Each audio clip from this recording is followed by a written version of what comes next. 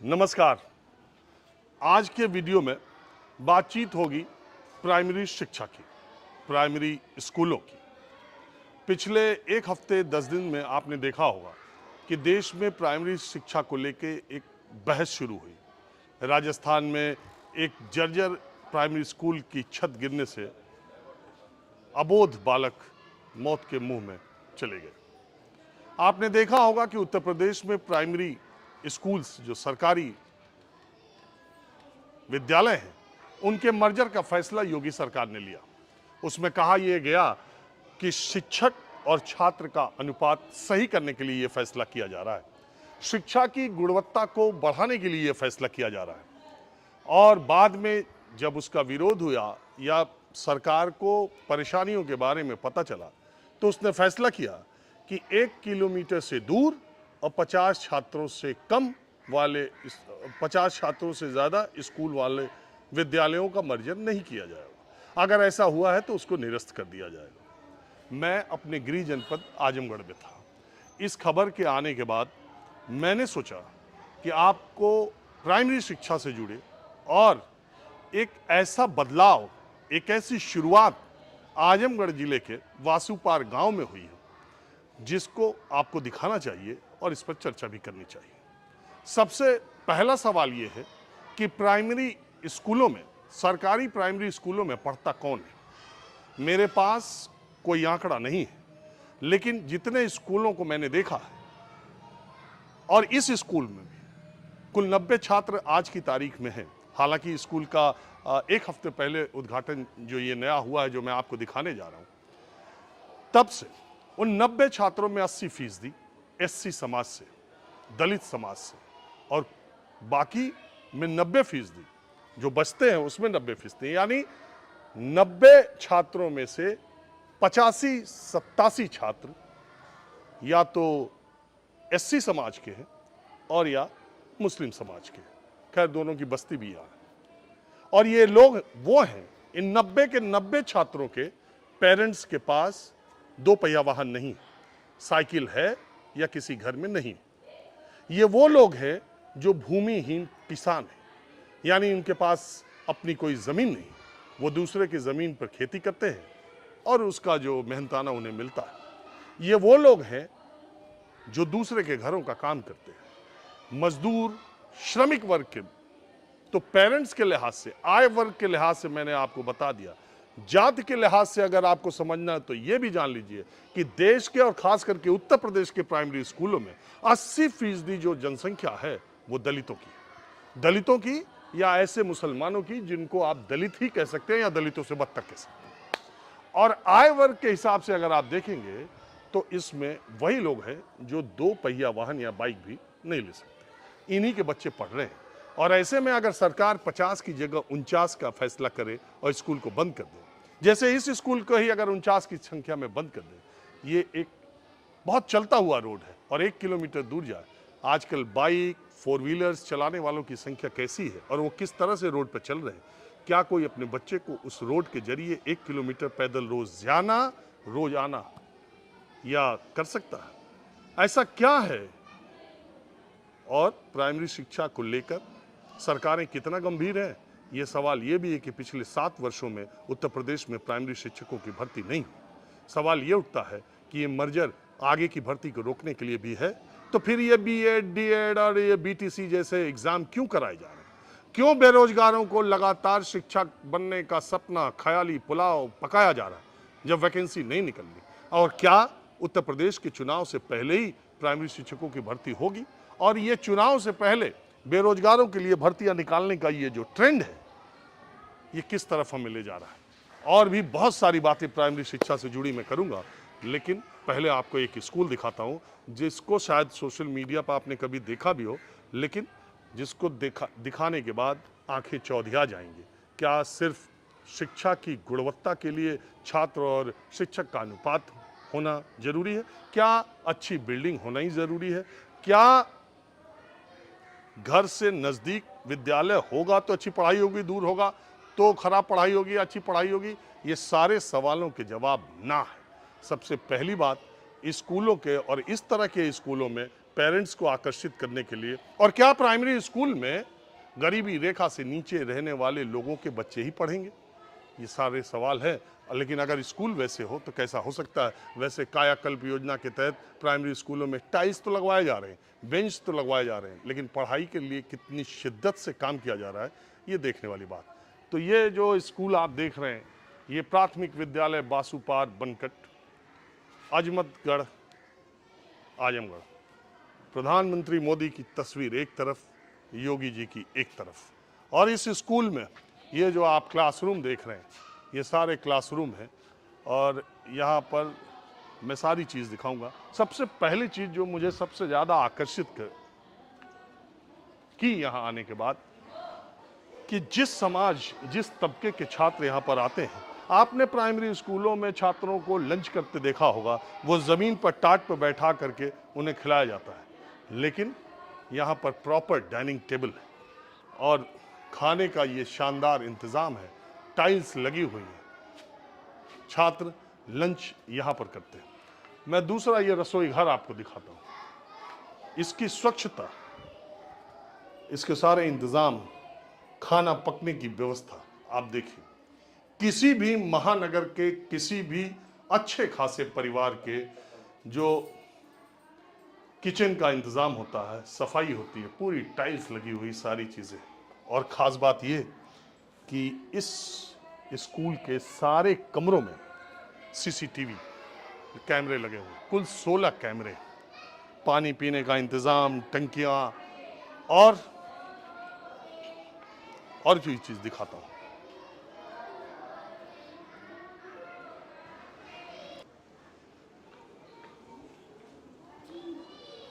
ये क्लासरूम है।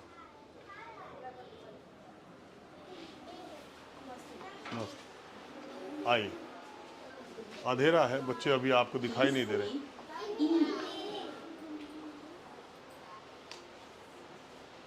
और ये प्रोजेक्टर पर पढ़ाई।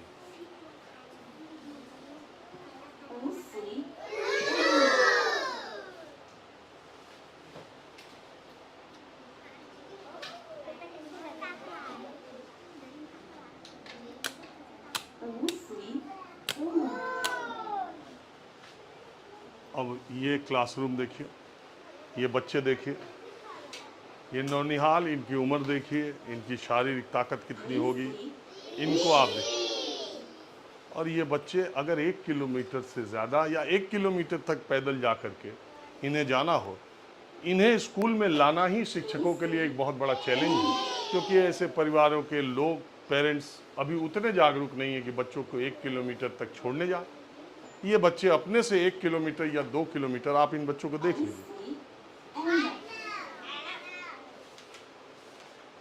और इम्पोर्टेंट बात, ये पूरा क्लासरूम आप देख सकते हैं, इसका छत देखिए, इसकी दीवारें देखिए। और ये fully air condition primary school है, हर कमरे में एसी लगा हुआ क्लासरूम। इसी तरह की पढ़ाई इस प्राइमरी स्कूल में हो रही है। राहुल सांकृत्यायन आजमगढ़ के रहने वाले थे। अल्लामा शिबली नोमानी, आप जानते हैं, प्रख्यात शिक्षाविद 19वीं शताब्दी के, वो भी आजमगढ़ के रहने वाले थे। अब एक क्लासरूम ये भी है।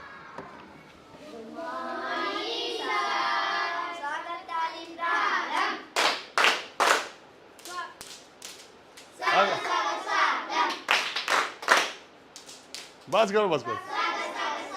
ये मैडम किस क्लास के बच्चे हैं? सर ये 4th के हैं। 4th के? जी। आप इनकी भी पढ़ाई प्रोजेक्टर से ही आप करते हैं या? प्रोजेक्टर से भी होती है और वैसे भी होती है सर, ब्लैक बोर्ड से, वाइट बोर्ड से। देखिए क्लासरूम पूरा टाइल्स लगा हुआ है।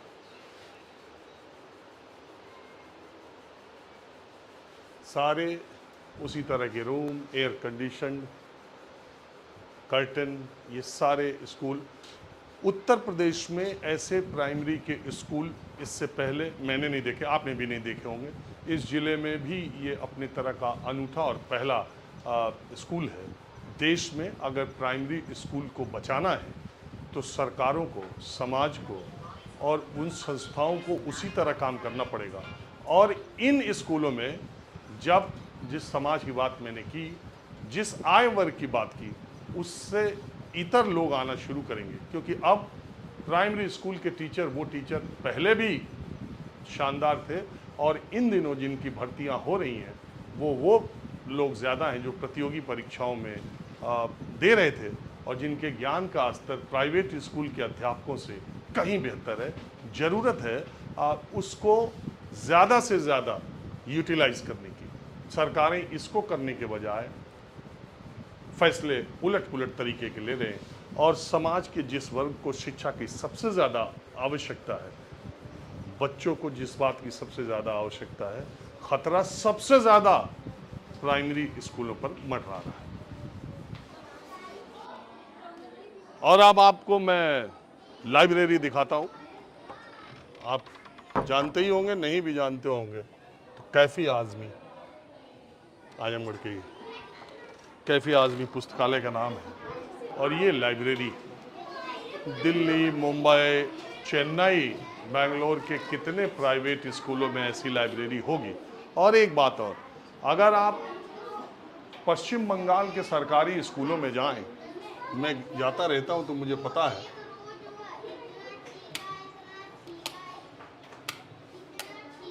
तो मुझे इस बात का पता है, वहाँ के सरकारी स्कूलों में हर क्लासरूम के सामने एक हमारे जो राष्ट्रीय नायक हैं उनका फोटो और उनके बारे में 4 लाइनें। तो प्राइमरी स्कूल में 5 तक पढ़ने वाला बच्चा कम से कम 5 लोगों के बारे में, उनकी जीवनी, उनके योगदान को राष्ट्र के प्रति जानता है। इस स्कूल ने भी एक अच्छी शुरुआत की है, जिसमें जगदीश चंद्र बोस, विक्रम साराभाई, सलीम अली, बीरबल साहनी, सीवी रमन, बाल गंगाधर तिलक, स्वामी विवेकानंद, सुभाष चंद्र बोस, सरदार पटेल, डॉक्टर यानी सारे वो आप देखिए, मुंशी प्रेमचंद, राजेंद्र प्रसाद, सारे उन राष्ट्रीय नायकों के फोटो यहाँ पर लगे हुए हैं, जिन लोगों ने देश के योगदान में, देश में के विकास में, निर्माण में अपनी भूमिका निभाई। ये देखिए,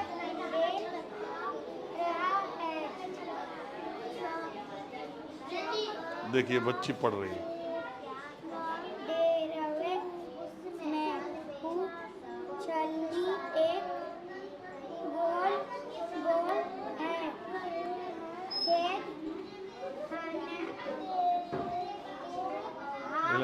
और अब ये स्कूल 10 दिन पहले ही उद्घाटन इसका जो हुआ है, बच्चों को लैपटॉप पर बैठ के वो खेलें, कुछ भी करें, थोड़ा थोड़ा इंस्ट्रक्शन के साथ। ये लैपटॉप भी यहाँ बच्चों के लिए यहाँ पर है।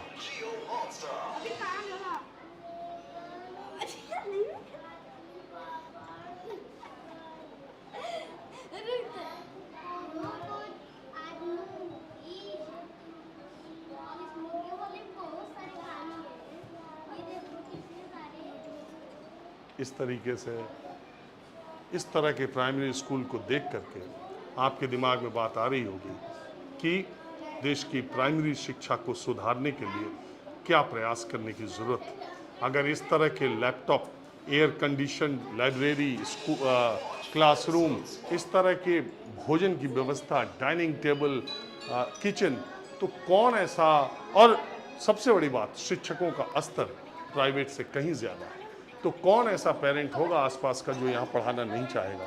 अगर इस तरह के स्कूलों को बनाने की दिशा में प्रयास किया जाए, बजाय इसके कि बंद किए जाएं, तो मुझे लगता है कि एक अलग चीज़ हो। और एक नायाब चीज़ मैंने देखी, एक नायाब कोशिश मैंने देखी, मैंने सोचा आप तक इसे पहुँचाना चाहिए। आपके दिमाग में बातें आ रही होंगी कि आखिर ये स्कूल बना कैसे, ये स्कूल ऐसा हुआ कैसे। तो इसके पीछे एक ग्राम प्रधान और एक प्राइमरी स्कूल के टीचर और जनता के प्रतिनिधि के तौर पर जो और लोग हैं, जो पंचायत से जुड़े हुए, इस ब्लॉक से जुड़े हुए लोग हैं, उन लोगों का इस स्कूल में, लेकिन जो महती जिम्मेदारी ग्राम प्रधान ने निभाई है, उसके बारे में अब मैं, और इस स्कूल के पीछे उन लोगों ने कैसे क्या किया, कहाँ से पैसा आया, किस मद से आया, और कैसे ये सोच विकसित हुई, थोड़ा उन लोगों से भी आपको मिलाता हूँ। तो अब आपके दिमाग में ये बात घूम रही होगी इतना देर देखने के बाद कि इस विद्यालय का कायाकल्प ऐसा कैसे हुआ, जब देश के प्राइमरी शिक्षा पर इतनी चर्चा चल रही है, जब मैंने जैसा कहा छत ही गिर जा रही है और बच्चों की मौत हो जा रही है, वैसे में इतना शानदार स्कूल बना तो कैसे बना, और वो कौन से प्रिंसिपल, प्रधान और इस ब्लॉक के ब्लॉक प्रमुख वो कौन से लोग हैं, उनकी सोच क्या थी, कैसे बना। मैं प्रिंसिपल साहब के कमरे में वो देख लीजिए, अब बहुत सारे जिलों के बेसिक शिक्षा अधिकारी जो जिले स्तर के अधिकारी होते हैं, उनका कमरा शायद ऐसा ना हो जैसा प्रिंसिपल साहब का, एयर कंडीशन और यहाँ सारी सुविधाएं मैंने आपको बताई। और दूसरी बात ये कि ग्राम प्रधान आप हैं, ब्लॉक प्रमुख जी हैं, और इस विद्यालय के प्रिंसिपल धनंजय मिश्र जी। तो धनंजय जी पहले ये बताइए जी कि इस पहले जब जिस हालात में आप इस स्कूल में थे और बदले हुए हालात में आप अपने अंदर क्या परिवर्तन महसूस करते हैं? बहुत बहुत परिवर्तन महसूस कर रहे हैं। बहुत खुशी है कि हमारे प्रभु जी, प्रधान जी हमारा विद्यालय के कायाकल्प की योजना को बढ़िया से काम किया। आज हम बहुत खुश हैं। हमारे बच्चे, अभिभावक, जो भी लोग हैं, सब लोग खुश हैं और उसी हालात में मिल रहे हैं। दूर दूर से एडमिशन के लिए लोग आ रहे हैं। ये जब से उद्घाटन हुआ, जी, जब से कायाकल्प हुआ, जी। तब से आपके यहाँ इंक्वायरी करने या एडमिशन के लोगों की संख्या बहुत बड़ी सर, बहुत बड़ी है। कम से कम 2500 अभिभावक आके मिले। उनके बच्चों का एडमिशन मैंने करीब 12-14 इधर किया भी है। अभी आज भी लोग आए थे। तो रेगुलर बच्चे आ रहे हैं और दूर दूर से आ रहे हैं। 4-4, 5-5 किलोमीटर दूर से लोग आने के लिए तैयार हैं। और मैंने कहा कि अपनी वाहन व्यवस्था बना लीजिए, तो अपना बच्चों को भेजिए और मैं पूरी व्यवस्था उनको दूंगा।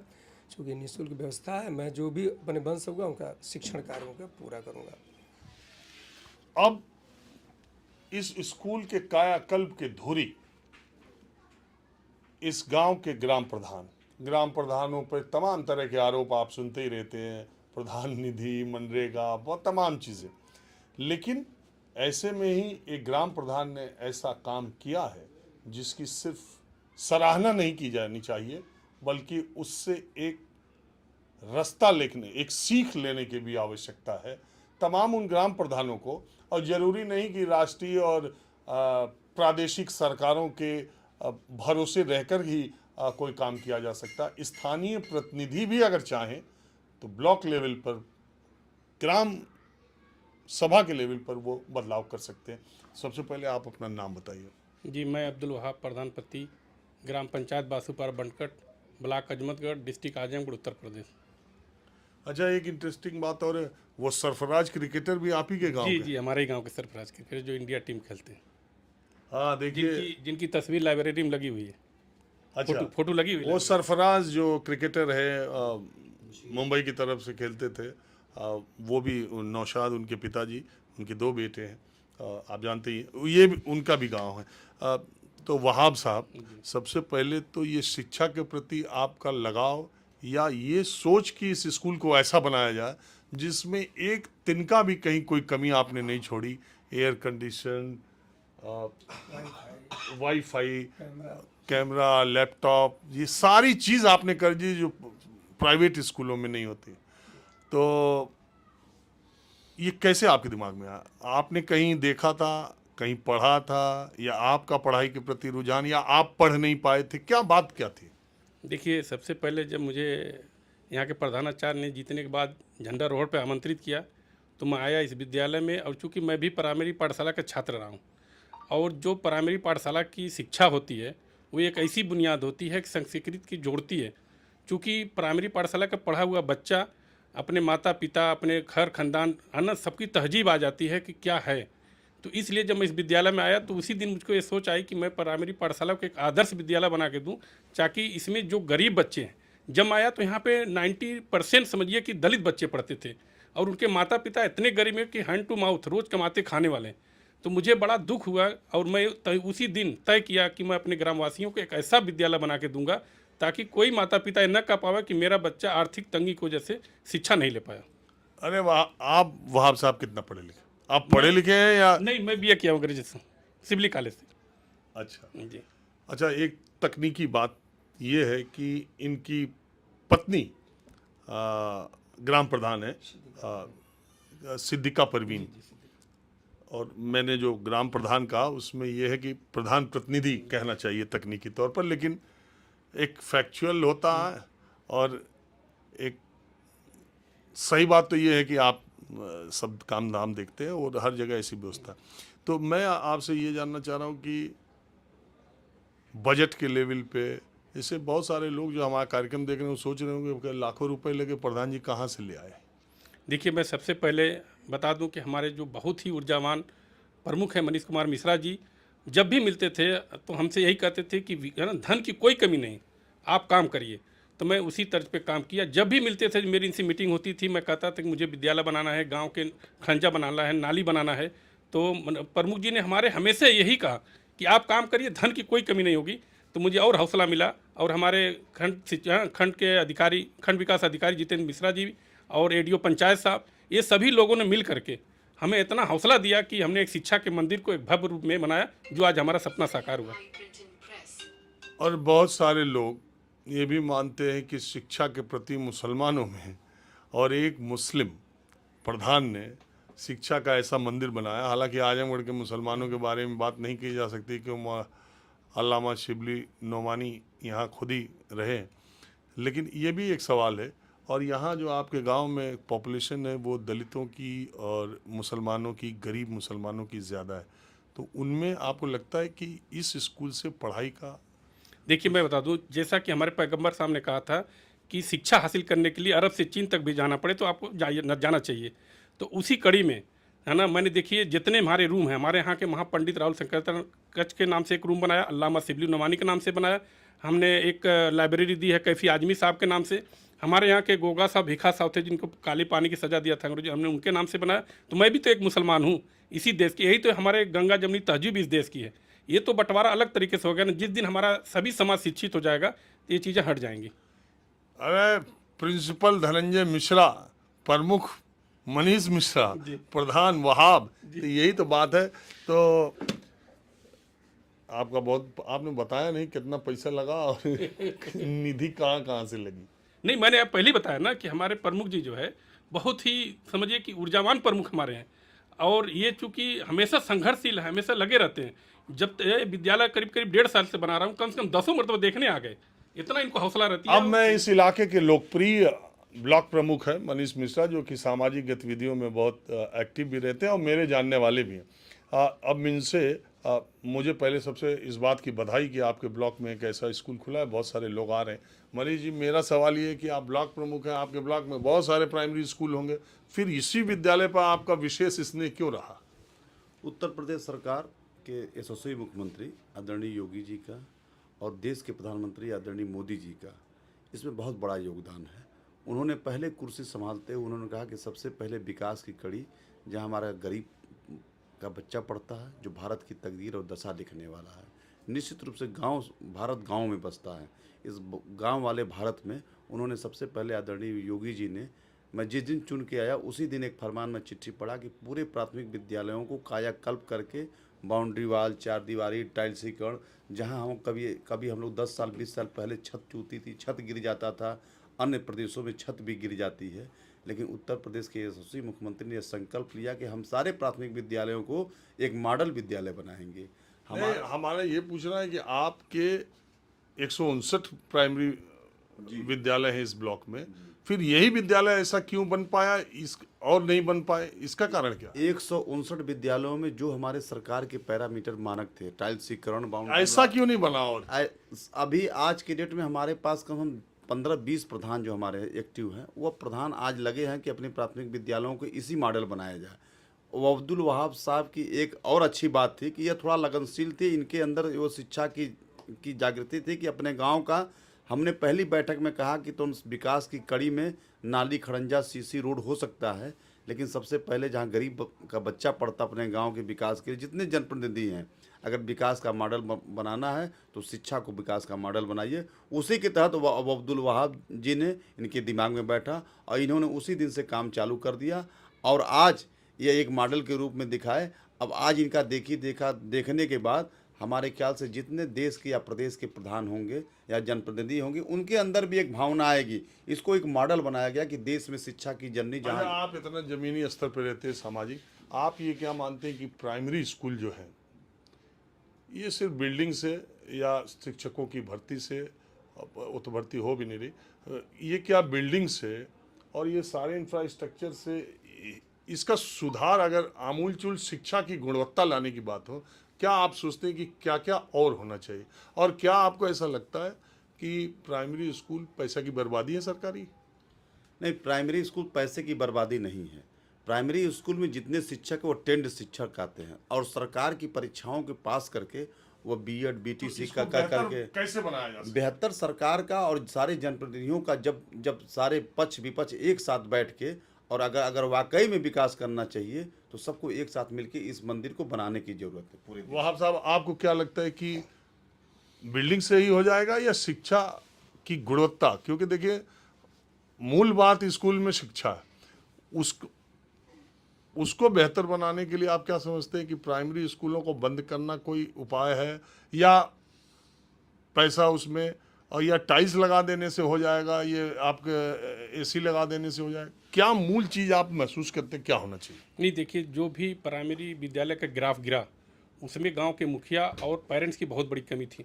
क्योंकि जब वही पेरेंट्स प्राइमरी कॉन्वेंट में अपने बच्चे का दाखिला कराते हैं तो सुबह उठते ही उनकी टिफ़िन नाश्ता सब कुछ तैयार करके उनको भेजते हैं। अब हम लोग इस जागरूक लाएंगे और यहाँ मीटिंग बुलाएंगे पेरेंट्स की, उसी तरह अपने बच्चों को यहाँ भेजें तैयार करके, तो यहाँ के जो टीचर्स हैं उनको भी पढ़ाने में आनंद आएगा, एक फीलिंग अच्छी महसूस होगी। तो मैं आपके चैनल के माध्यम से कहना चाहता हूँ कि सरकार की शिक्षा विभाग की बहुत बड़ी योजना है। अगर इस तरह से अभिभावक तैयार हो गए और दाखिला कराना शुरू हुए तो जिस तरह से इसका ग्राफ गिरा था उसी तरह से कॉन्वेंट का ग्राफ गिरना शुरू हो जाएगा। और प्रिंसिपल साहब, आपको क्या लगता है? क्योंकि इधर 15 वर्षों में, हालांकि प्राइमरी के शिक्षक पहले भी बहुत काबिल थे, ऐसा नहीं है, लेकिन इधर जो 10-15 वर्षों में चर्चा ये होती है ना कि प्राइवेट और कॉन्वेंट का बहुत बढ़ गया, वहाँ के शिक्षकों के आईक्यू या उनके अध्ययन से अब प्राइमरी में आने वाले बच्चे जो आईएसपीसीएस का एग्ज़ाम दे रहे हैं वो लोग यहाँ पर आ रहे हैं। तो फिर ये क्यों सोचा जाए कि अब प्राइमरी के स्कूलों में जैसे संपन्न लोग या मध्यम आय वर्ग के लोग, अरे प्राइमरी स्कूल में क्यों पढ़ाना है, सरकारी स्कूल में क्यों? ये इस मानसिकता से उबारने के लिए क्या किया जाना चाहिए? जैसे देखिए, अब हमारे प्रधान जी ने जो कार्य किया है, मूलभूत सुविधाओं को देना। अगर मूलभूत सुविधाएं मिल रही हैं तो जो बच्चे हमारे जहाँ भग रहे थे, जैसे उनको बैठने की व्यवस्थाएं नहीं थी, पंखे नहीं थे, बहुत सारी कमियां थी विद्यालयों में, अब ये दूर हो रही हैं। तो जो विभाग तो कर रहा है, लेकिन अगर गांव के जनप्रतिनिधि लोग मिलकर के कुछ काम इस तरह कर देते हैं तो फिर एडमिशन बढ़ जाएंगे, बच्चे हमारे आएंगे, और हमारे शिक्षक मजबूत हैं, शिक्षक हमारे अच्छे हैं, शिक्षक पूरा मनोयोग से काम कर रहे हैं। लेकिन वह होता क्या है कि लोगों की मानसिकता में कि प्राइमरी में बहुत कुछ मिल नहीं पाता है, बैठने के लिए कुर्सी नहीं है, वह टाट बच्चे खाते हैं। आज हमारे बच्चे डाइनिंग टेबल पर खा रहे हैं, अभी आप देख रहे हैं सामने। तो देखिए सीसीटीवी में हर चीज दिखाइए, यहाँ पर अभी दिखाई देखिए बच्चे हमारे भोजन कर रहे हैं, ये बच्चे बैठे हैं नीचे। 16 सीसीटीवी लगे हैं, बच्चे जो खाना खा रहे हैं, तो ये सब सुविधाओं को, सारे क्लासरूम सब लगे हुए हैं। ये सब सुविधाओं को जब बच्चों को दिया गया, अब ये हमारे प्रमुख जी, प्रधान जी की बड़ी कृपा रही हमारे ऊपर, चलिए, आप विद्यालय लोगों- के ऊपर। सब में ज़्यादा आप लोगों का मैंने लिया, आप लोगों का बहुत धन्यवाद। अंतिम बात जो इस पूरे स्कूल से निकलती है, मूल बात है कि आज़ादी के 78 सालों में हमारी पॉलिसी मेकिंग दिल्ली और लखनऊ से होती है, जो ज़मीन तक आती है। अब इसको रिवर्स मोड में ले जाने की ज़रूरत है, पॉलिसी को नीचे से बनाया जाए और उसे ऊपर तक भेजा जाए, तभी आमूलचूल परिवर्तन हो सकता है। पॉलिसी मेकिंग का तरीका बदलना होता है, वो सरकारों के बदलने, नेतृत्व के चेहरों के बदलने से नहीं होगा। आमूलचूल बदलाव पॉलिसी डिसीजन और मेकिंग में नीचे से अगर अब इसको रिवर्सल मोड में लाया जाए तो शायद सार्थक पहल साबित हो पाए। आज बस इतना ही।